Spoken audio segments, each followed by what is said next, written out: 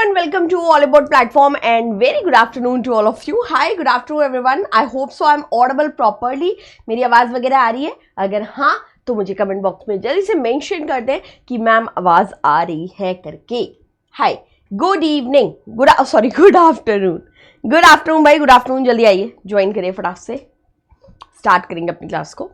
और हमारा जो आज का टॉपिक है, अगेन हम जनरल साइंस, क्योंकि अभी कुछ लास्ट वीक से हम लोगों ने टॉपिक वाइज ही पूरा पढ़ा था, तो अब हमें उसकी प्रैक्टिस करने की बड़ी ज़रूरत है ना. और इसी को ध्यान में रख के हम जर्नल साइंस के क्वेश्चंस को अभी कैटर करेंगे. जर्नल साइंस के सारे क्वेश्चंस जो हैं वो अभी हम करने वाले. ठीक है, चलिए स्टार्ट करते हैं फर्स्ट क्वेश्चन से. और फर्स्ट क्वेश्चन आपका क्या होगा, यहां देखिएगा. देखिए, सबसे पहला क्वेश्चन कह रहा है the elimination of toxic nitrogenous substance and excess water in main is by. करिए आंसर. सिंपल सा क्वेश्चन है. मनुष्य में जहरीले नाइट्रोजन वाले कचरे और अतिरिक्त पानी को इनमें से किस तंत्र के द्वारा हटाया जा सकता है या रिमूव किया जा सकता है? Max Soni, very good. ठीक है. Excretion, circulation, reproduction, pollution. करिए आंसर. Very good. ए और बी. थोड़ा सा हिसाब लगाओ. ये लैरो बहुत खतरनाक नाम है भाई.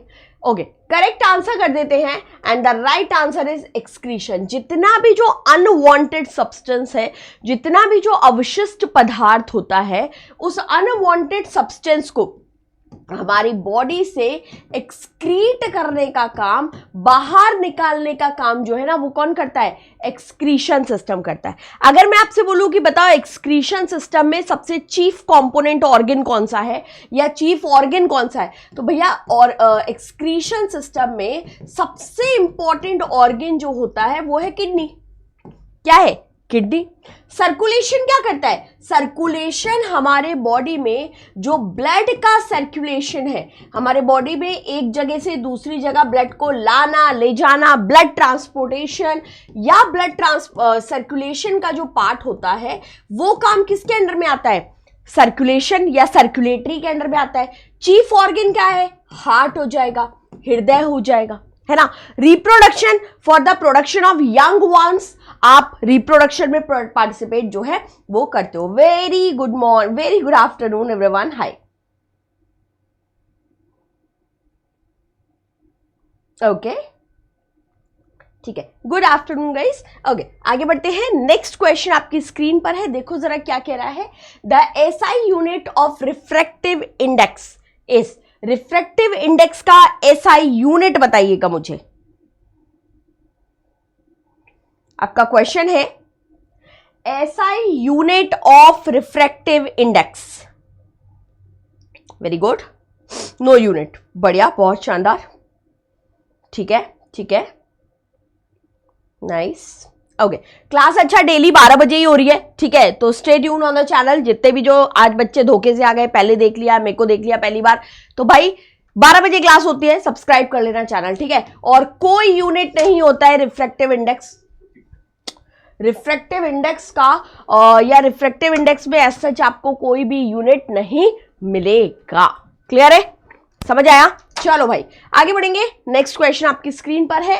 विच blood cells are called soldier of body. हम इनमें से किस रक्त कोशिकाओं को शरीर का सोल्जर, सैनिक कहते हैं? क्योंकि भैया सैनिक क्या करते हैं?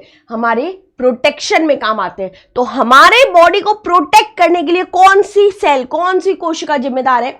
और मुझे लग रहा है सबसे पहला आंसर भी दे दिया था, क्रिएट इमेजिनेशन O405. तो लोग इतना खतरनाक नाम कैसे रख लेते हो यार. चलो, ए आंसर आ रहा है WBC. पक्का? अच्छा, WBC का अदर नेम बताओ मुझे, कौन बता रहे हैं? WBC का एक और नाम होता है. क्या क्या नाम है, जल्दी बताओ. एक तो हो गया श्वेत रक्त कणिकाएं, एक हो गया व्हाइट ब्लड सेल, एक और नाम क्या है? वेरी गुड, आंसर बिल्कुल सही है यार. प्लेटलेट्स ही होता है जो हमारे बॉडी को ओवरऑल प्रोटेक्ट करता है, शरीर को सुरक्षित करने का काम करता है. प्लेटलेट्स क्या होती है? प्लेटलेट्स हमारे बॉडी में ब्लड क्लॉटिंग, रक्त का थक्का जमाने में सहायक है, ब्लड क्लॉटिंग में पार्टिसिपेट करता है. आरबीसी रेड ब्लड सेल्स क्या करता है? एक तो भैया ये रेड कलर देता है ब्लड को, है ना, लाल रंग आपके प्रदान करता है।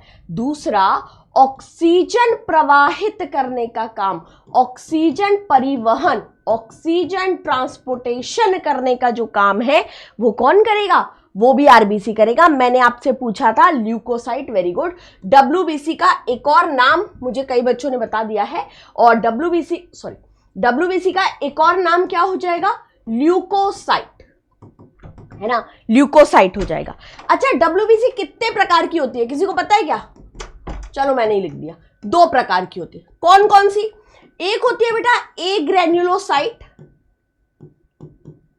और एक होती है ग्रैन्युलोसाइट, है ना। ये होती है आपके 2 प्रकार की डब्ल्यूबीसी, ए ग्रैन्युलोसाइट और ग्रैन्युलोसाइट। ए ग्रैन्युलो में 2 आती है, एक होती है बेटा मोनोसाइट और एक होती है लिम्फोसाइट, ठीक है, क्लियर। ग्रैनुलोसाइट में कौन सी आती है, तो इओसिनोफिल्स, बेसोफिल्स और न्यूट्रोफिल्स। ये हो गई आपकी 3 प्रकार की। तो मतलब टोटल तो बोलोगे 5 प्रकार की डब्ल्यूबीसी है। कितने प्रकार की? 5।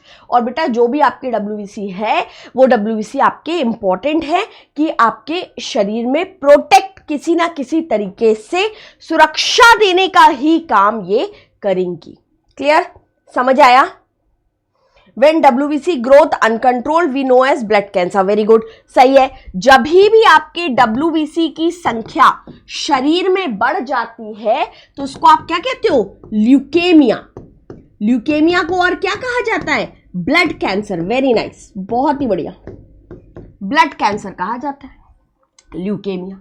क्लियर, समझ आई ये वाली बात? ठीक है, आगे बढ़ते हैं। नेक्स्ट क्वेश्चन देखो, कह रहा है how many facial muscles are involve in speaking. How many facial muscles are involve in speaking. सही है,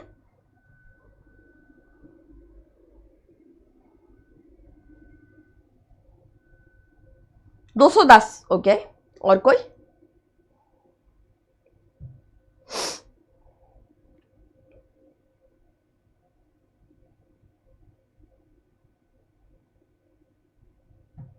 सेवेंटी, सही है। तो भाई मांसपेशियां कितनी जो बोलने में सहायक होती है, जैसे मैं बोल रही हूं तो बताओ कितनी मांसपेशियां भाग लेंगी? 70। 70 के लगभग मांसपेशियां जो है वो आपके बोलने में, केवल स्पीकिंग में पार्टिसिपेट करती है। अगर मैं आपसे बोलूं कि बताओ भाई टोटल मसल्स कितनी है, तो क्या आंसर करोगे? टोटल मसल्स, अगर मैं आपसे बोलूं कुल मांसपेशियों की संख्या बताओ। वेरी गुड, सही आंसर आ गया शायद, हाँ बिल्कुल सही है, 639, 639। अगर मैं आपसे बोलूं टोटल बोन्स इन फेस, आपके चेहरे पर कुल कितनी हड्डियां होती है, क्या आंसर करोगे? हाँ सही है, चेहरे पर कुल हड्डियों की संख्या बताइए।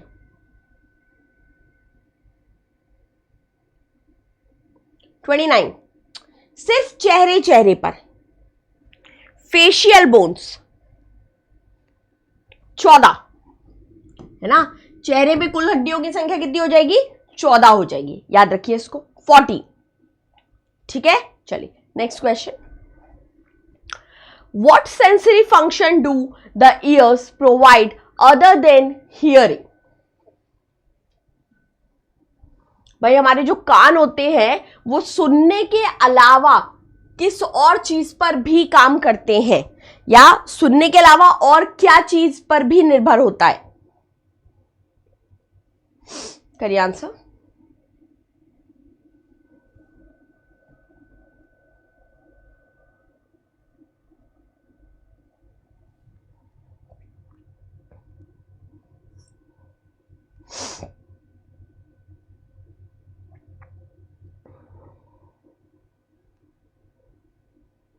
डी, बैलेंसिंग, बिल्कुल सही है, बैलेंसिंग। भाई कान जो है ना वो हमारा सुनने के साथ साथ बैलेंसिंग पर बहुत फर्क पड़ता है। कभी आप देखना कोई जा रहा हो एकदम से बोल देना पानी है, वो खुद उचक जाएगा, भले वो देखे पानी है और चाहे ना है वो उचक जाएगा, लेकिन क्योंकि आपका जो हियरिंग है ना वो बैलेंसिंग से काफी ज्यादा एसोसिएटेड है, ठीक है।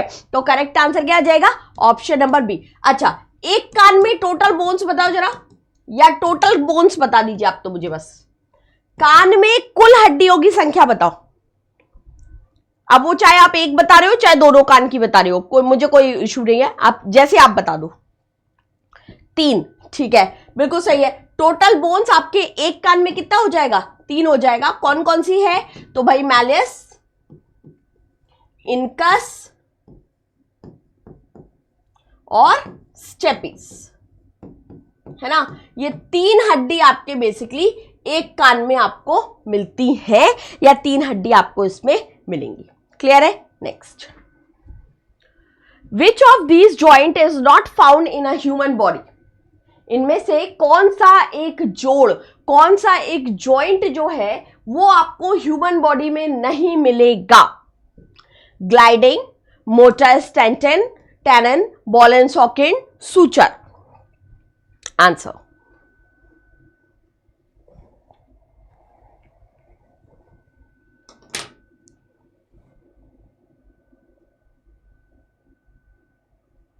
ओके,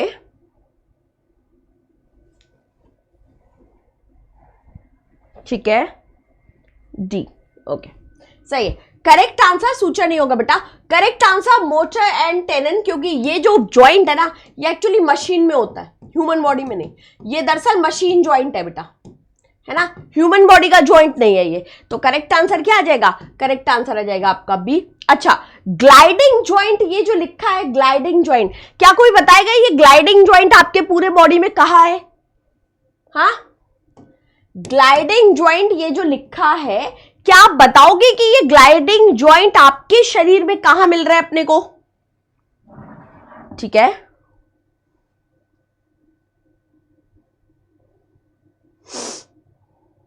कोई भी बता दे। नहीं, रिस्ट में। वेरी गुड, ये भी सही है। तो रिस्ट, या आप बोलिए कलाई में, है ना। हमारी जो कलाई होती है, यहां कलाई में बेटा 8 बोन्स होती है। 8 कितनी बोन्स होती है रिस्ट में? 8 बोन्स। तो ये जो 8 बोन्स है ना, ये ऐसी रहती है बिल्कुल छोटी छोटी, इस तरीके से। ये जो 8 बोन है आपके कलाई में, इनके बीच में जो जॉइंट काम करता है ना, वो जॉइंट होता है ग्लाइडिंग जॉइंट। समझ पा रहे हो? ठीक है, okay. Ball and socket joint ये है आपके कंधे का जॉइंट। इसमें क्या होता है, एक जो बोन होती है वो ऐसे सॉकेट बना देती है, और एक बोन जो होती है वो इस तरीके से बॉल का शेप जो है वो हैंडल करती है। तो ये आपका एक तरीके से बॉल स्ट्रक्चर हो गया, ये सॉकेट वाला पार्ट हो गया, इसको हम कहते हैं बॉल एंड सॉकेट जॉइंट। ये आपके कंधे में होता है, कमर वाले हिस्से में होता है, जहां से आपके पैर जुड़े होते हैं ना, जो कमर के हिस्से में, वहां मिलेगा। हाथ जो आपके यहां पर जुड़ते हैं, यहां मिलेगा बॉल एंड सॉकेट जॉइंट। ठीक है, ये आप देख रहे हो नी, इसको क्या बोलते हैं? बटकोनी, एल्बो, है ना। यहां पे कौन सा जॉइंट होता है? Hinge joint. ये कौन सा जॉइंट है? Hinge joint. क्लियर? चलो next question. The author of the on the origin of species, ये जो बुक है ओरिजिन ऑफ स्पीशीज, आप मुझे बताइएगा ये किसने लिखी है? The author of on the origin of species,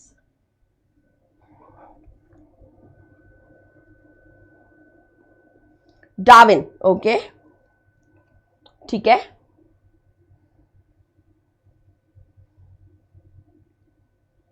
Darwin ही आ रहा है सबका answer. Very good.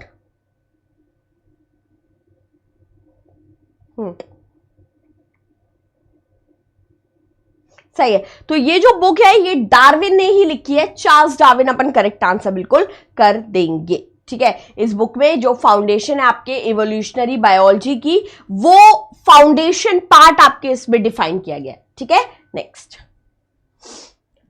In science what is the name for the classification of plants and animal? Science में आपका जो प्लांट और एनिमल का जो क्लासिफिकेशन, वर्गीकरण होता है, उसको हम क्या कहते हैं? Taxonomy, taxidermy, entropy, gentrification. करिए आंसर।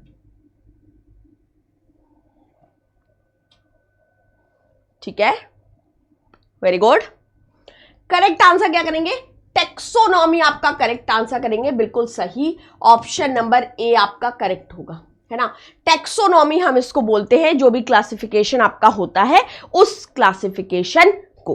क्लियर, चलिए आगे बढ़ेंगे। नेक्स्ट क्वेश्चन है, जीवन का भौतिक चरण क्या कहलाता है? What is the physical phase of life called? Answer.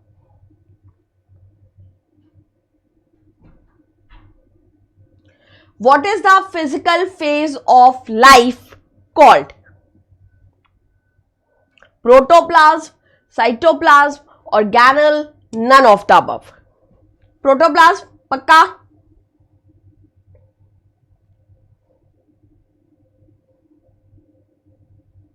ठीक है। प्रोटोप्लाज्म कैसा एक लिक्विड होता है बेटा? प्रोटोप्लाज्म आपका एक तरीके से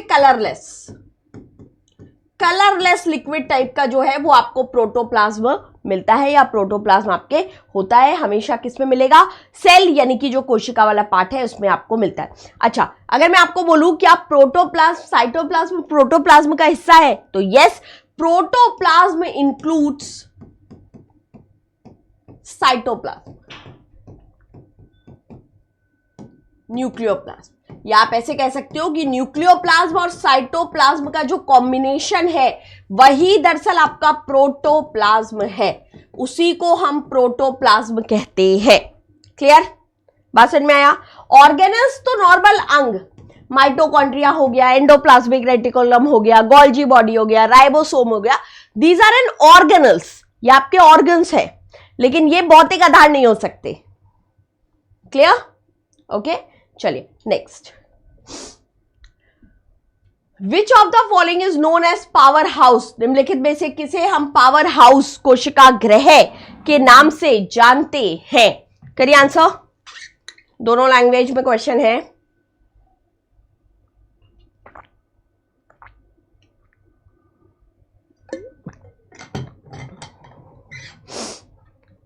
ओके, माइटोकॉन्ड्रिया, एग्जैक्टली, बिल्कुल सही है। माइटोकॉन्ड्रिया को ही भैया हम लोग क्या कहते हैं? Power house of the cell के नाम से जानते हैं, है ना। माइटोकॉन्ड्रिया कैसे दिखता है? ऐसा दिखता है, मतलब माइटोकॉन्ड्रिया एक डबल लेयर स्ट्रक्चर है। कई बार क्वेश्चन आते हैं कि बताइए माइटोकॉन्ड्रिया कैसी संरचना है, तो माइटोकॉन्ड्रिया हमेशा डबल लेयर स्ट्रक्चर होता है, यानी कि दोहरी संरचना, दोहरी सतह का स्ट्रक्चर जो है वो आपको माइटोकॉन्ड्रिया में दिखाई देगा। माइटोकॉन्ड्रिया के अंदर एक लिक्विड यानी कि एक तरल पदार्थ भरा होता है, और वो तरल पदार्थ इसका क्या कहलाता है? इसको बेटा हम लोग कहते हैं मैट्रिक्स। तरल पदार्थ क्या कहलाता है? मैट्रिक्स कहलाता है। जो आपके डीएनए आरएनए के कंपोनेंट है, उसके जो कण हैं वो आपको इस मैट्रिक्स में दिखाई देते हैं। ठीक है, माइटोकॉन्ड्रिया का ये जो उंगली नुमा आकार की संरचना दिख रही है, ये जो ऐसे डबल लेयर, ये जो आपको फिंगर लाइक स्ट्रक्चर दिख रहा है, ये क्या कहलाता है? इसको अपन कहते हैं क्रिस्टी। क्या कहते हैं? क्रिस्टी, क्रिस्टी कहते हैं। ठीक है, माइटोकॉन्ड्रिया के अंदर जितने भी जो ऑर्गेनिक इनऑर्गेनिक सब्सटेंस है उनका ऑक्सीकरण, ऑक्सीडेशन होता है, और उसी ऑक्सीडेशन से फिर आपके क्या होती है? ऊर्जा निकलती है, एनर्जी रिलीज होती है। क्लियर है? ओके, चलिए आगे बात करते हैं। नेक्स्ट,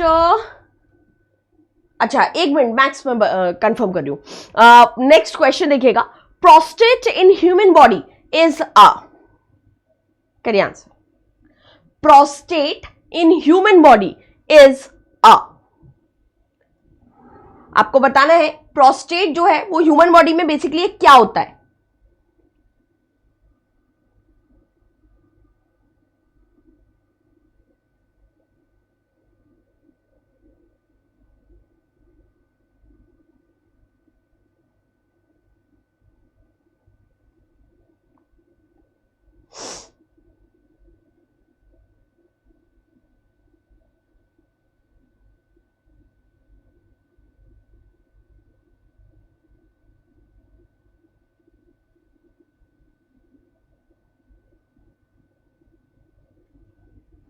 ग्लैंड है, बिल्कुल सही है।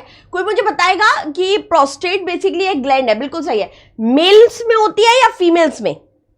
किसको पता है? Prostate gland found in male reproductive system और अ फीमेल रिप्रोडक्टिव सिस्टम? ठीक है। सो भाई प्रोस्टेट आपकी एक ग्लैंड है जो आपको किस में मिलेगी, मेल रिप्रोडक्टिव सिस्टम के अंडर बेसिकली प्रोस्टेट ग्लैंड जो है वो मिलती है, ठीक है। ग्लैंड है यानी कि नहीं, फीमेल नहीं, मेल ग्लैंड है यानी कि कुछ ना कुछ सिक्रीशन में पार्टिसिपेट करेगी। तो जो प्रोस्टेट ग्लैंड होता है ये हमेशा सेमेन जो होगा उसको रिलीज करती है, सिक्रीट सेमेन और सीमेन। ओके, नेक्स्ट क्वेश्चन आपका, find the similarities in the following, carbon, silicon, boron, arsenic. क्या है ये सब, कार्बन है, सिलिकॉन है, बोरॉन है और आर्सेनिक है। बताइए सब क्या है, ये सब गैसें हैं, ये सब नॉन मेटल है, ये सब मेटल्स है, कोई समानता ही नहीं है। करिए आंसर।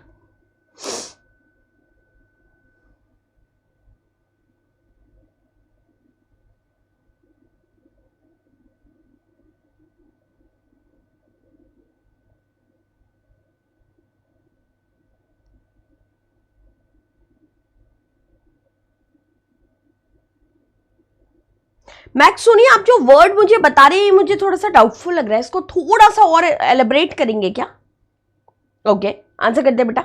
नॉन मेटल है पक्का? हाँ बिल्कुल सही है, सब नॉन मेटल है ना। सब कैसी है, गैर धातुएं आपकी होती है। आपको पता है कि टोटल एलिमेंट्स में ज्यादातर जो है आपको धातु मिलेगी, फिर आपकी अधातुएं होती है और फिर आपके कुछ उपधातु होती है। अच्छा, कौन मुझे बता रहा है उपधातु का एक आध उदाहरण तो बता दो, उपधातु का एक आध एग्जाम्पल्स बता दीजिए जरा।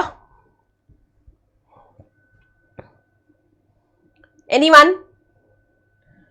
मेटलॉइड्स का एक आध उदाहरण बोलिए। मेटलॉइड्स जिसको हम कहते हैं कि जिसमें मेटल और नॉन मेटल दोनों तरीके की चीजें होती है, मेटल नॉन मेटल दोनों तरीके की प्रॉपर्टीज होती है। सिलिकॉन हो गया, ठीक है, जर्मेनियम हो गया, वेरी गुड, एस्टाटीन हो गया, टेल्यूरियम हो गया, पोलोरियम हो गया, ये सब आपके क्या है, उपधातु है, मेटलॉइड्स है। Very good. नेक्स्ट क्वेश्चन देखो जरा, air is blow over a hot body to cool it, this would increase the rate of heat loss by. ठीक है, इसे ठंडा करने के लिए हवा को गर्म शरीर पर उड़ाया जाता है जिससे इससे गर्मी की दर डैश से बढ़ जाएगी। थोड़ा सा क्वेश्चन इस तरफ हो गया है, करिएगा answer. Air is blown over a hot body to cool it. This would increase the rate of heat loss by. ठीक है, आंसर कन्वेक्शन। ओके, सही है, करेक्ट आंसर करते हैं and the right answer is convection. इसको हम convection के नाम से जानते हैं। नेक्स्ट क्वेश्चन देखिए, Which of the following fuel is used in a nuclear reactor? Nuclear reactor में निम्नलिखित में से किस ईंधन का उपयोग किया जाता है? Uranium, carbon, diesel, petrol.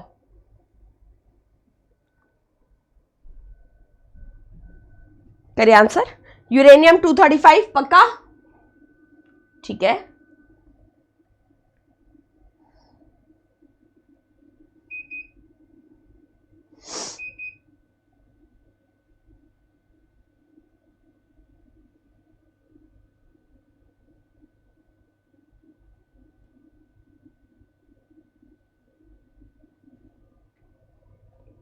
सही है। सो यूरेनियम 235, ठीक है, और अगर इसके अलावा आपको एक और ऑप्शन दे देते PU 239, तो ये दोनों आपके ज्यादातर न्यूक्लियर रिएक्टर में यूज होने वाले ईंधन है या न्यूक्लियर रिएक्टर में यूज होने वाले ज्यादातर आपके फ्यूल की तरह ये काम करते हैं। ठीक है, और यूरेनियम 235 दरअसल एक नेचुरल है, यानी कि प्राकृतिक फॉसिल आइसोटोप होता है जो कि अपना काम करता है। अगर आपसे मान लो ऐसे पूछते कि बताइए न्यूक्लियर रिएक्टर में निम्नलिखित में से किस कृत्रिम ईंधन का प्रयोग होता है, तो ये PU39 जो आप देख रहे हो ना, ये दरअसल कृत्रिम ईंधन है, ये आर्टिफिशियल फ्यूल है और ये आपका नेचुरल फ्यूल है। बात समझ पा रहे हो? मान लीजिए कभी इस तरीके का क्वेश्चन आता है कि नेचुरल फ्यूल बताइए या फिर आर्टिफिशियल फ्यूल बताइए, तब आप इस तरीके का आंसर जो है वो लेकर के चलोगे। क्लियर, समझ आ गया? ओके, नेक्स्ट देखिएगा। Which part of throat in main is called Adam's apple? पुरुषों में गले के किस भाग को एडम एप्पल कहा जाता है?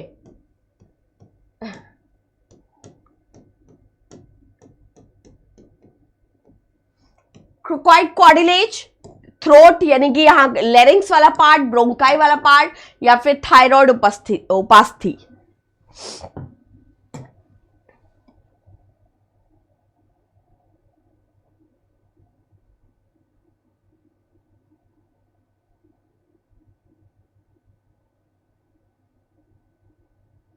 अच्छा, ओके। एडम्स एप्पल, एक मिनट।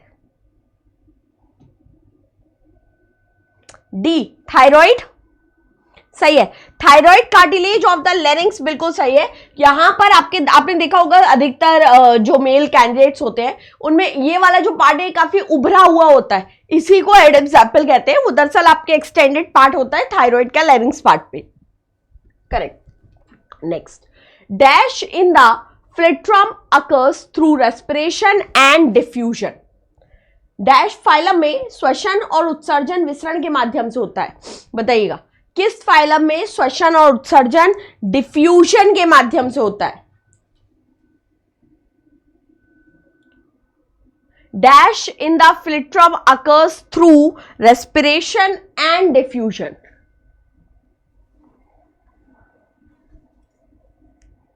करिए answer. Option C, okay. Max एक मिनट में देख रही हूं, रुको।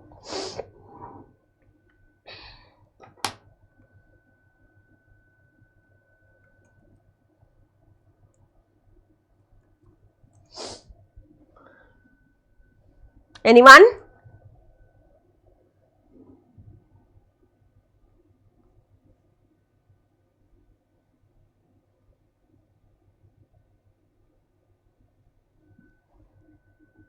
Okay,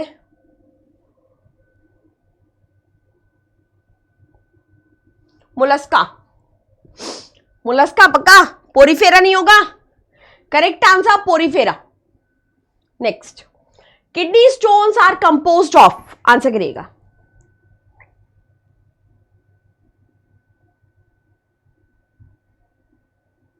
answers please. Kidney stones are composed of, ठीक है।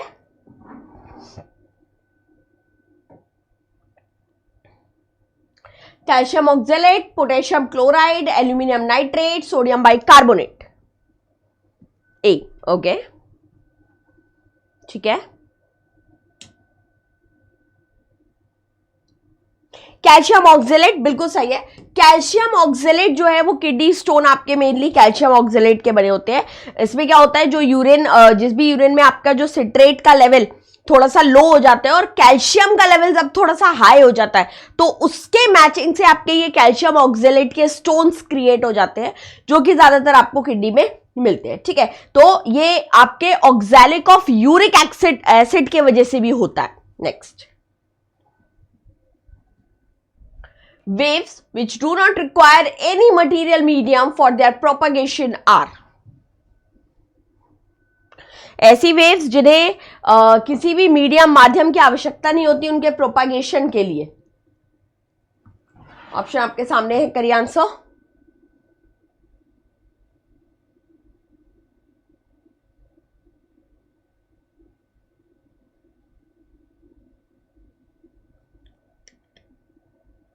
ओके,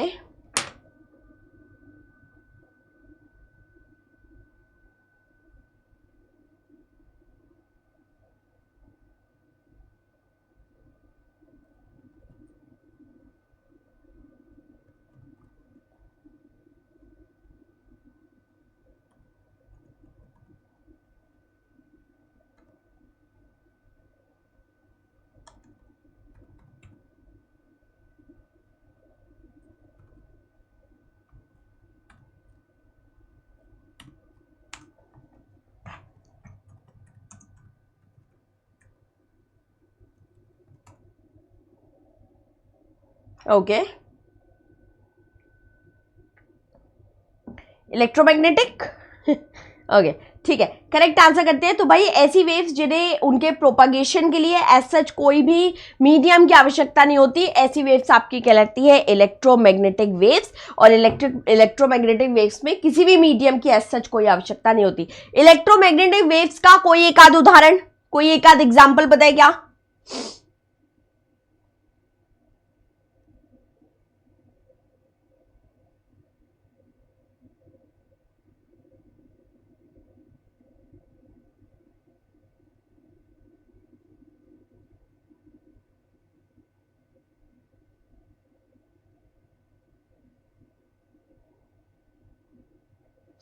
वेरी गुड, ठीक है।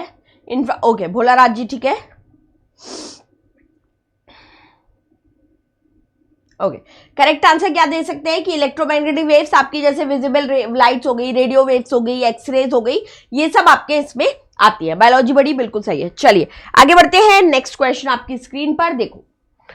Minamata disease is a nervous disorder caused by eating fish polluted by, ठीक है, वेरी गुड।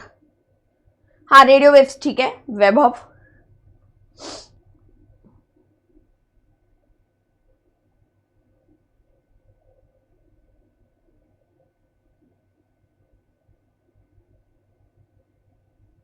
ठीक है, मरकरी, पक्का, मरकरी, ठीक है।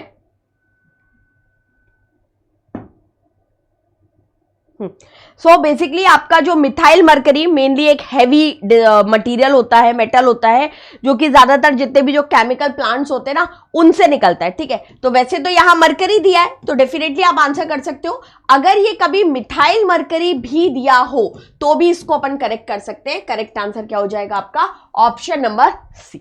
क्लियर है? ठीक है, तो मिथाइल मरकरी भी आप इसमें बोल सकते हो। हाँ, आपका नाइट्रेट्स अगर होता है तो ब्लू बेबी सिंड्रोम आपने सुना होगा, तो वो आपके ब्लू नाइट्रेट्स, ठीक है। मिनामाता मरकरी, तो इसमें अगर आप भूलते हो ना, जैसे इटाई इटाई कैडमियम, ये कुछ बड़ी सिंपल सिंपल सी चीज है। एक होता है इटाई इटाई, ये होता है कैडमियम की वजह से। मिनामाता जो है इसका एम आप याद रखो, मरकरी, ठीक है। नाइट्रेट्स, ब्लू बेबी सिंड्रोम, है ना। इस तरीके की चीजें आपको इसमें देखने मिलेंगी। Next, what is the SI unit of young modulus of elasticity? करिए आंसर, ठीक है।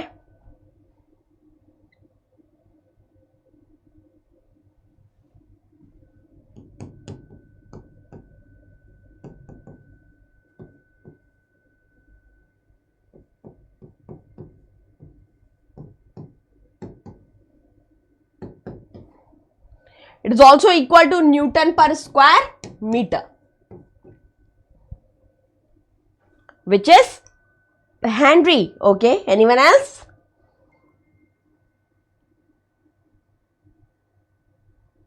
Anyone? ठीक है, हेनरी क्यों लगा रहे हो तुम लोग? देखो, यंग्स मॉड्यूल को हम लोग किससे रिप्रेजेंट करते हैं? इसको हम लोग रिप्रेजेंट करते हैं वाई से। किससे? वाई से रिप्रेजेंट करते हैं, है ना। ये आपका longitudinal stress divided by longitudinal strain को हम डिफाइन करते हैं, और इसका जो यूनिट है बेटा वो पास्कल आएगा, हेनरी नहीं। यूनिट क्या आएगा? पास्कल। काफी लोग के गलत है, लाइन से गलत है। और चलो ठीक है, याद रखो इसको। नेक्स्ट,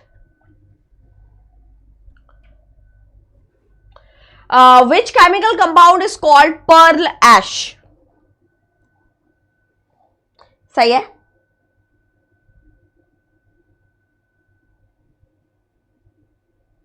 ठीक है। Which chemical compound is termed as pearl ash?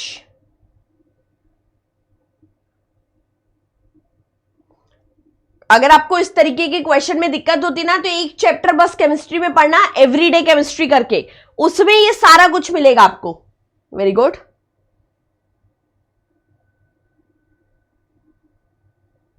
ये ज्यादातर आपके पर्ल ऐश का प्रयोग हम लोग सोप और ग्लास का जो प्रोडक्शन करते हैं ना, उसमें पर्ल ऐश का यूज होता है। इसका यूज क्या है? तो it is used in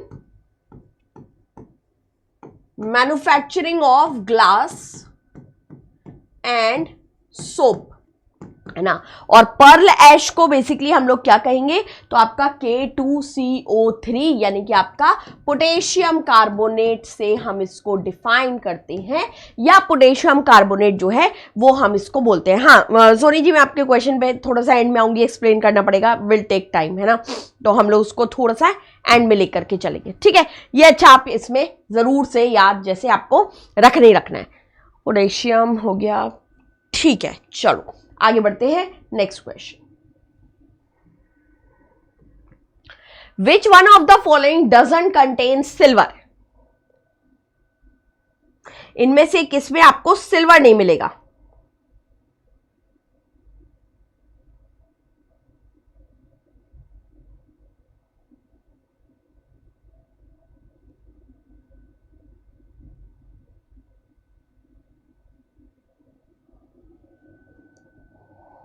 German silver, ठीक है, क्योंकि जर्मन सिल्वर आपका किसका मिश्र धातु है? कॉपर, जिंक, निकेल, एल्यूमिनियम, है ना। इसका बेसिकली आपके ये एक मिश्र धातु है, और जर्मन सिल्वर में आपको कोई सिल्वर का कंटेंट, कोई सिल्वर विल्वर जो है वो आपको नहीं मिलता है। तो करेक्ट आंसर क्या हो जाएगा आपका? ऑप्शन नंबर ए, ठीक है। Next question, in nuclear reactors graphite is used as.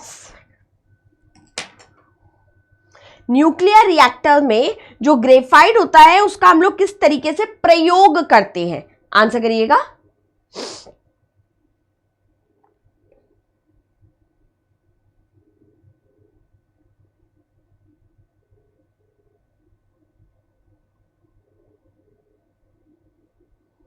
ठीक है,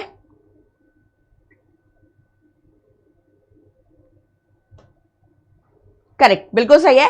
मॉडरेटर के रूप में हम लोग इसका प्रयोग जो है वो करते हैं। करेक्ट आंसर हो जाएगा आपका option number C, correct answer होगा, ठीक है। हाँ बिल्कुल सही है भावना, ठीक है। मॉडरेटर के फॉर्म में हम इसका प्रयोग कर सकते हैं। नेक्स्ट क्वेश्चन देखिएगा।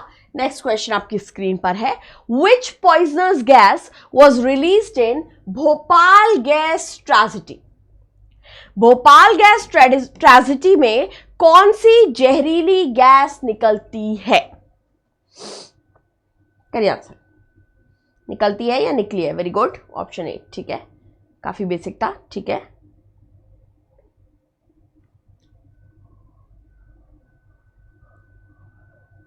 Methyl isocyanate, very good. B and C both? ना, सोच लो पहले। Which poisonous gas was released in Bhopal gas tragedy? Cyanate है, साइनाइड है, खुद सोच लो बेटा। MIC साइनेट होता है, ठीक है, MIC। तो मिथाइल आइसोसाइनेट जो है ना, ये गैस आपके बेसिकली रिलीज हुई थी 1884 की ये घटना थी, जिसमें आपके इसको हम भोपाल गैस ट्रेजेडी के नाम से जानते हैं, जो कि एक इंडस्ट्रियल डिजास्टर था, ठीक है। Next question, cadmium pollution is associated with, अभी बताया था ना एक, कैडमियम पॉल्यूशन, ठीक है।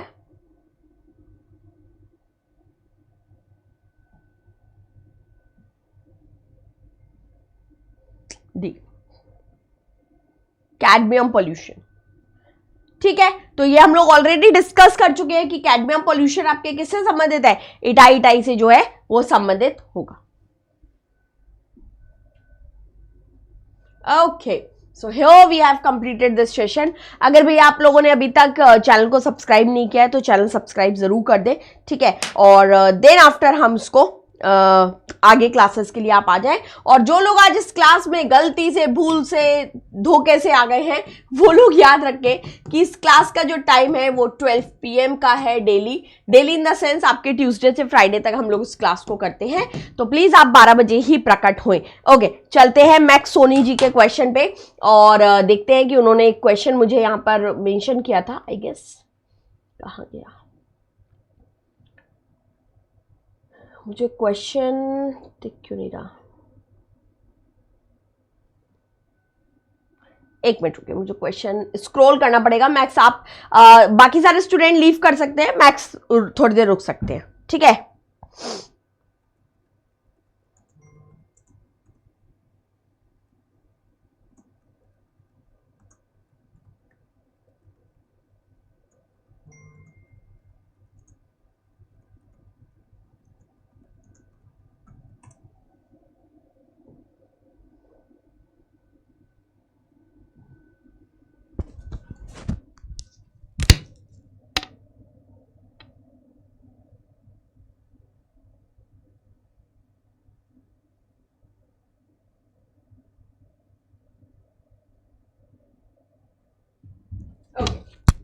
ये आपके बेसिकली देखिए एक ऐसा स्पेस जहां पे मुझे जैसा आपने क्वेश्चन मुझे टाइप करके दिया है ना, मैं वैसा थोड़ा सा बता रही हूँ। आई डोंट नो, थोड़ा आप रिलेट कर पाओगे शायद। कि देखिए एक ऐसा स्पेस होता है सेल में जहां पर ऐसा कोई भी लिक्विड आपको प्रेजेंट नहीं मिलेगा। उसको हम या तो सिंपली इंटरसेलुलर स्पेस बोल सकते हैं, लेकिन ये एक पर्टिकुलर टाइप ऑफ सेल में ही होता है। ये ऐसा नहीं है कि हर सेल में एक ऐसा स्पेस होगा जहां पे आपके लिक्विड नहीं होगा। तो एक टाइप ऑफ सेल जो आपकी स्क्लेरेनकाइमा सेल होती है ना,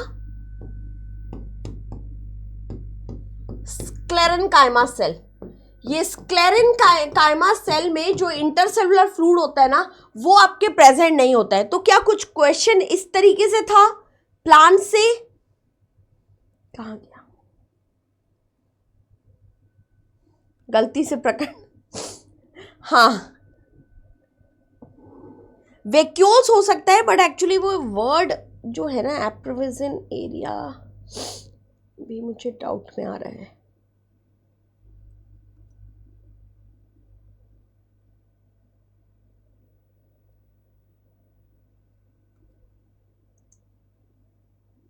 ये सेल स्पेस में ही आपको देखने मिलता है।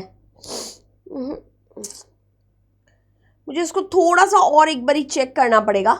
ऐसे था क्या? अगर ऐसे था तो फिर ठीक है, फिर मैं सही हूँ। बिकॉज वो आपका जो वर्ड है ना, वो मुझे फिर एक बारी बॉटनी उठा, वो सॉरी आपका जूलॉजी की बुक उठानी पड़ेगी। बिकॉज बहुत डेप्थ वाला पार्ट हो गया ये तो। मुझे भी ऐसा याद थोड़ा कम ही आ रहा है जितना मुझे पता है। बट ऑप्शन में प्रोविजन था। मैक्स आप एक मेरे टेलीग्राम पर हो ना, एक काम करना यार, मुझे स्क्रीनशॉट भेज देना जरा, ठीक है, तब हम उसको थोड़ा और कंसीडर करेंगे। वैक्यूल्स बिल्कुल है।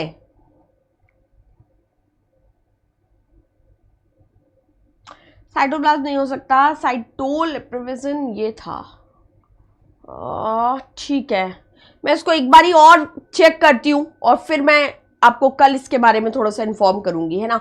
मुझे अभी बिल्कुल इस पे आइडिया नहीं आ रहा है शायद। ओके ओके, अगर आप पे क्वेश्चन है ना, मुझे एज इट इज भेज देना, मैं फिर इसको देख करके कंफर्म करती हूँ। क्योंकि कभी कभी ऐसा होता है कि वहां पर हमें क्वेश्चन जो है ना, वो एग्जैक्टली जब स्टेटमेंट में आता है ना, तब वो ज्यादा समझ में आता है। कोई नहीं, मुझे एक बार टेलीग्राम पे आप मेरे स्टेटमेंट भेज देना, पूरा क्वेश्चन भेज देना, मैं इसको चेक कर लूंगी, ठीक है। चलिए मिलते हैं आप लोगों से नेक्स्ट क्लास में। Till then thank you so much, ख्याल रखिए, प्रिपरेशन करते रहिए, bye bye. And don't forget to hit the like button, don't forget to share this channel, share this video as well, ठीक है। मिलते हैं बेटा कल सेम क्लास में 12 बजे ऐसे ही साइंस के क्वेश्चंस के साथ। तब तक प्रिपरेशन करते रहो। कोई भी डाउट हो, कोई भी परेशानी हो तो आप मुझे बता देना। हो सकता है एट द मोमेंट आपको ना आंसर मिल पाए, लेकिन डेफिनेटली आगे मिल जाएगा, ठीक है। ठीक है, अच्छा ऐसा करते हैं एमटीएस में। चलो मैं एक बार ये क्वेश्चन ही मैं निकालती हूँ, रुक जाओ, मैं आज चेक करती हूँ इसको। ठीक है, हॉट हो गया तुम्हारा ये टॉपिक, ये क्वेश्चन तो एकदम ठीक है। ओके एवरीवन, बाय बाय, ख्याल रखो, बाय, प्रिपरेशन करते रहो।